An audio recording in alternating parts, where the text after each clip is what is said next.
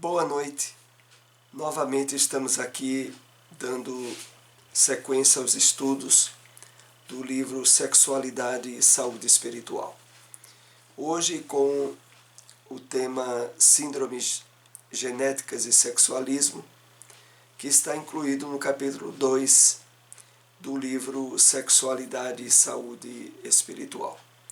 Vamos para a nossa introdução com um breve comentário de um trecho de uma mensagem do Espírito Emmanuel. Esse extraído do capítulo 14, versículo 27, o Evangelho de João comentado por Emmanuel. A paz do Espírito é serviço renovador. Recorda o exemplo do benfeitor excelso e não procure segurança íntima fora do dever corretamente cumprido, ainda mesmo que isso te custe sacrifício supremo. Vamos fazer aqui alguns apontamentos para introduzir o nosso estudo. Emmanuel começa nos convidando a uma reflexão bem diferenciada sobre a paz e, além do mais, a paz do espírito, evidenciando que, distante de ser a vivência de estados puramente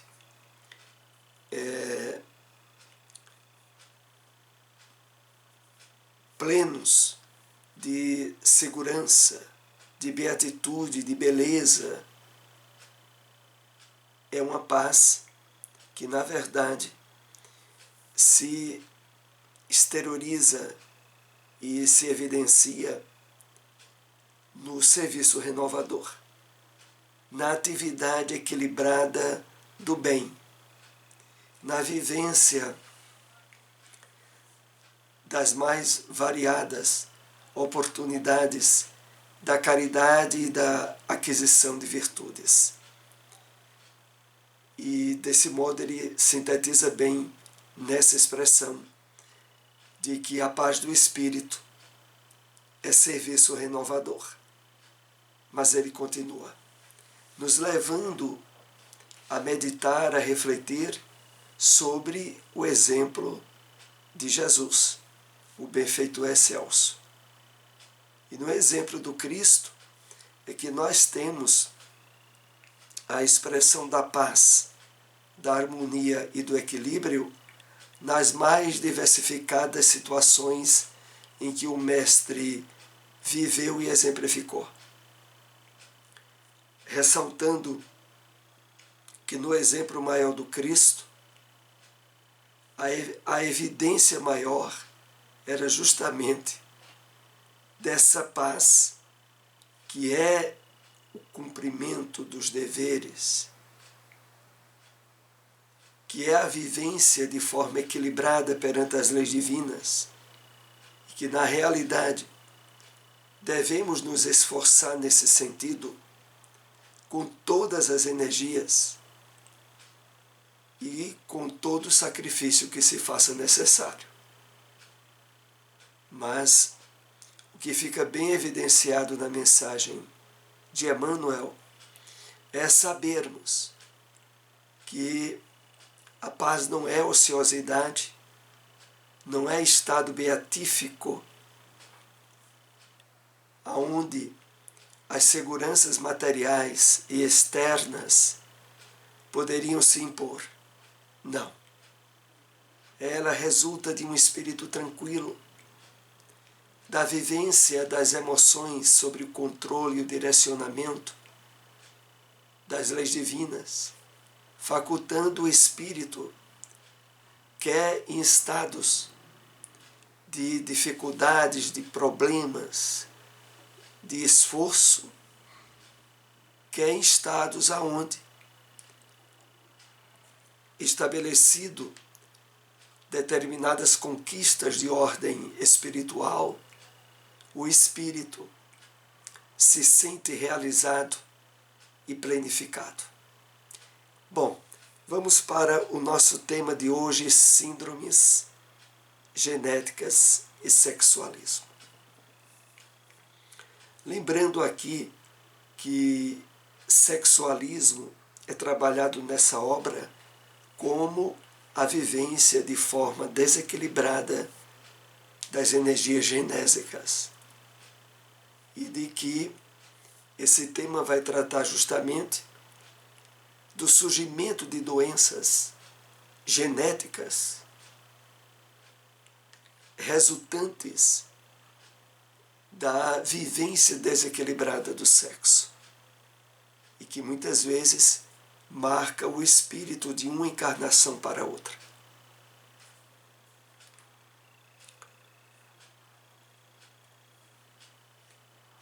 E começa com a pergunta: há alguma relação entre o hermafroditismo, no qual o indivíduo apresenta a genitália externa e ou interna indiferenciadas, associadas à debilidade mental em maior ou menor grau, e a prática de perversões sexuais em outras existências? Essa pergunta tem a ver com os temas que abordamos nos nossos últimos encontros. Lembrando aqui que os vídeos desses estudos se encontram no nosso canal no YouTube. Então, nós analisamos nas últimas semanas, dentre as perversões, o estupro. Analisamos também antes a pedofilia. Também examinamos, teve essas duas temáticas, ainda teve uma terceira, que eu não recordo agora, eu remeto vocês para aqueles que não tiverem acompanhado o estudo, verem lá no nosso canal. Então, a questão é a seguinte: o desequilíbrio intenso provocado nessas práticas pervertidas do sexo estariam associadas ao surgimento de problemas de deficiências genéticas na constituição dos próprios órgãos genitais do espírito numa encarnação mais adiante? Aqui no caso é feita a referência ao hermafroditismo, aonde desde os primeiros momentos de vida o espírito não consegue apresentar determinadas diferenciações nos padrões femininos ou masculinos associados a seus órgãos genitais, e que facultam muitas vezes também o surgimento de determinadas debilidades de ordem mental. Então a pergunta é se há alguma relação entre esse tipo de síndromes genéticas e as perversões sexuais. Vamos ver o que vem em seguida. Há também mutações genéticas expressas no nascimento de animais.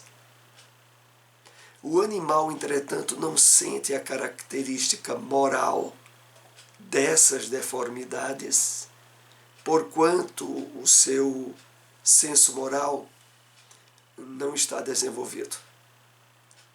Então, aqui é feita uma menção ainda, antes de termos a resposta, de que também certas mutações genéticas ocorrem nos animais.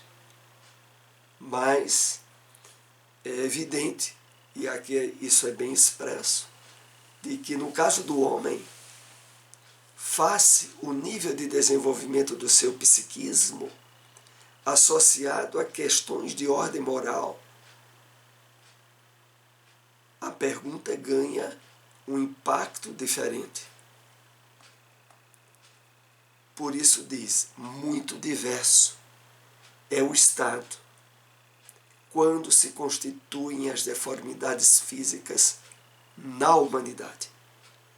O ser humano já conquistou o senso moral, e por isso mesmo passa a sentir os impactos das transformações genéticas em si mesmo. Então, não se pode aludir, fazer referência ao fato de que determinados animais surgem com deficiências genéticas, mas aí no caso do homem é diferente. É claro que mesmo a dor, o sofrimento causado por essas síndromes nos animais são promovedoras de um trabalho evolutivo que a natureza vai exercendo com eles. Mas no caso do homem, a origem e as consequências são diferenciadas. Isso não constitui, numa obra, meramente do acaso, das alterações da matéria ou das forças genésicas. Constitui expiação. O espírito é colocado no corpo, transformado geneticamente por questões de suas escolhas indébitas no passado. Então aqui fica explicitado de maneira bem clara de que há uma ligação com a maneira com a qual o homem ou a mulher conduziu-se na área da vivência das energias genésicas, da sua sexualidade, que quando estabelece um campo de desvios intensos, como nas perversões que citamos, podem e normalmente acarretam consequências complicadas, entre as quais a possibilidade do surgimento do hermafroditismo, dessa síndrome genética que causa sofrimento ao espírito. Mesmo com o avanço da ciência, onde muitas vezes o uso de cirurgias tentam, o mais cedo possível, diminuir a carga de conflitos com a qual o espírito é chamado a trabalhar em si. Mas não deixa de evidenciar um tanto quanto de sofrimentos e de dificuldades que não surgiram por acaso. Não surgiram, como se diz popularmente, por azar, não. É preciso, mais do que nunca, ao nos depararmos com provas e situações difíceis que a criatura humana passa, buscando analisar o que poderia estar ali por trás. E aonde o espírito agora é chamado a trabalhar de uma forma mais dura o equilíbrio das suas energias genésicas, da sua sexualidade. No caso do hermafroditismo, temos um espírito que, transitando entre a polaridade masculina e a feminina, não conseguindo se organizar perispiritualmente, porquanto a sua mente aturdida não se colocou na postura adequada perante as suas forças genésicas. Então, por trás dessa síndrome do hermafroditismo, há a questão associada a grandes conflitos que o espírito alimentou ou vivenciou na sua encarnação anterior, em termos de indefinição de sexualidade, de vivência sexual. Então, esse nível de conflitos que o espírito viveu e não conseguiu equilibrar-se, marcam o seu corpo espiritual de tal forma que na próxima encarnação estabelece-se um conflito de indefinição tão grande no espírito, em termos sexuais, que gera o hermafroditismo.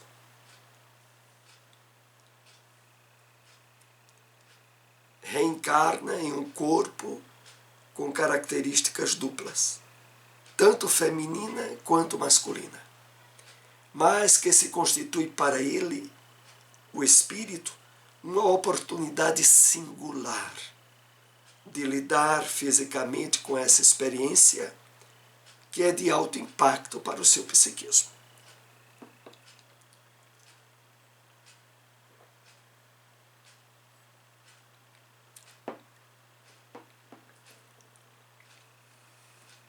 Então,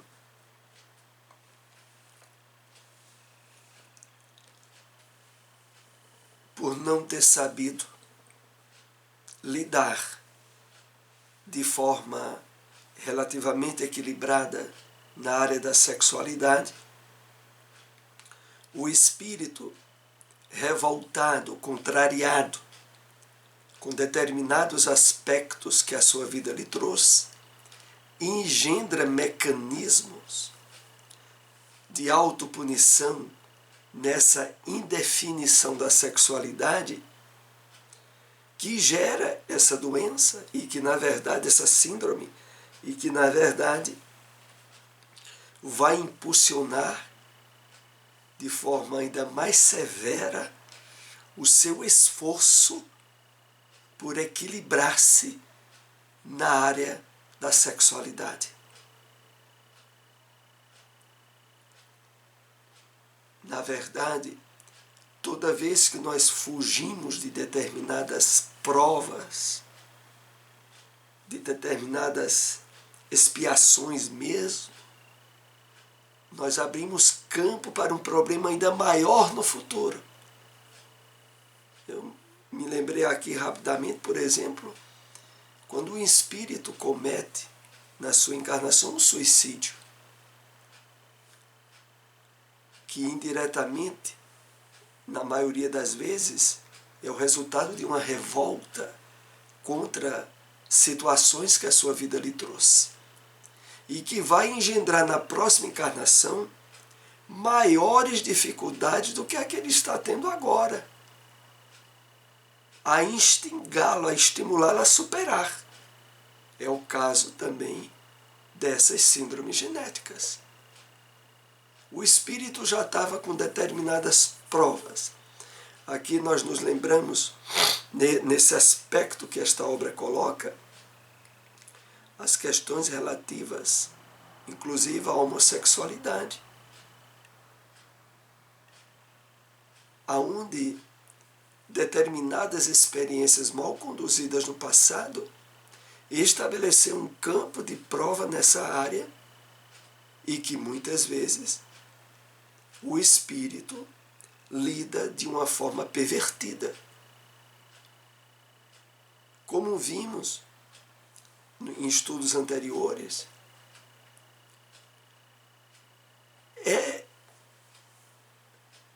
aceitável e compreensível para aqueles que não conseguem estabelecer um nível de direcionamento de suas energias genésicas quando na provação associada à homossexualidade, trabalhar, conduzi-las em desenvolvimentos de trabalhos artísticos, em direcionamentos de atividades e trabalhos onde a criatividade será um elemento de destaque a expressar um potencial de energias genésicas que não tenham sido trabalhadas em termos de vivência sexual. e para alguns, inclusive, a possibilidade de viver de forma digna e equilibrada com o parceiro ou com a parceira, perfeitamente aceitável, sobretudo em áreas mais dolorosas de superação associado a essa temática, mas vejo, às vezes o espírito revolta-se contra isso. E quando isso acontece, as consequências são as mais variadas possíveis, como se dá inclusive no caso do suicídio que havíamos citado. Há consequências adversas e que o espírito vai ter que enfrentar e superar.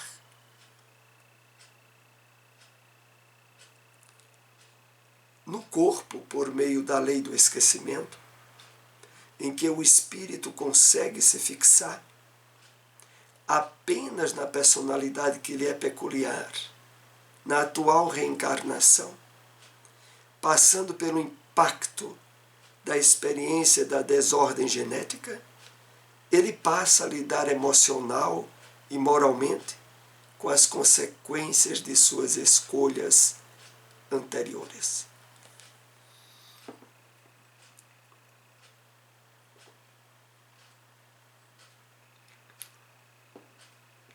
Então, como naturalmente acontece com todos nós, ao reencarnarmos em um novo corpo, o esquecimento completo do passado. Normalmente. E que faculta, voltando aqui o texto, a se fixar apenas na personalidade que lhe é peculiar na atual reencarnação. E é isso que o levará a passar pelo impacto da experiência da desordem genética com um campo melhor para lidar emocional e moralmente com as consequências do que fez no passado. Esse texto é colocado para deixar claro para nós que o esquecimento do que houve em vidas anteriores é positivo para dificultar menos o espírito na superação dos problemas que a encarnação atual lhe traz. Porque se houvesse uma lembrança relativamente precisa do que ele fez em vida anterior, para estar agora nesta expiação pela síndrome do hermafroditismo, ele não teria condição nenhuma de lidar. O esquecimento aí é totalmente providencial. O que não pode é, perante esse esquecimento, se achar que está se passando por essa situação por acaso, por azar. Não. Mesmo sem ter a identificação precisa do que fez no passado, esse tipo de provação é indicativo claro de que algo muito errado andou sendo realizado em anterior encarnação.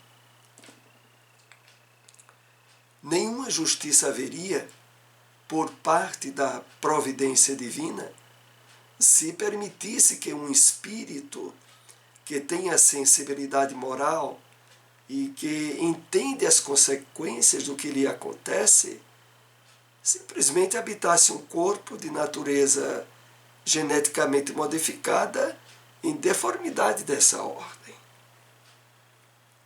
É evidente, não é? É preciso, inclusive, utilizando esse contexto dessa síndrome, estendermos o campo de entendimento para outras áreas de provação grandes que estejamos ou venhamos a passar. Aonde procuraremos buscar, pela reflexão, pela humildade, pela resignação, encontrar na nossa intuição, em termos de inspiração espiritual, se necessário, as forças na superação de uma prova maior que estejamos a passar. Mas jamais atribuir a um acaso ou a falta de maior cuidado da providência divina. De maneira nenhuma, e principalmente numa situação dessa que estamos analisando aqui, ela ocorre por acaso. Porquanto os impactos morais que lhe causam essa experiência são muito grandes. Não se trata apenas de uma experiência material, mas de um convite à reparação por meio da expiação que o espírito toma para o reequilíbrio das forças sexuais. É claro que toda essa análise é para nos conduzir a termos maior cuidado, maior atenção ao equilíbrio na vivência do sexo, das energias genésicas. Porque quando nos afastamos das leis divinas, utilizando essas energias para causar sofrimento ou dor em outros ou em nós mesmos, nós abrimos campos para provações ou expiações dolorosas no futuro. Que possamos refletir nesse estudo dessa síndrome, encontrando consequências e entendimentos que podem ser aplicados em outras situações vivenciadas ou a ser vivenciadas por cada um de nós. Aqui nós concluímos esse tema nessa noite. Agradecemos todos que nos acompanharam. Se possível, compartilhem essas informações. Até o nosso próximo estudo. Boa noite.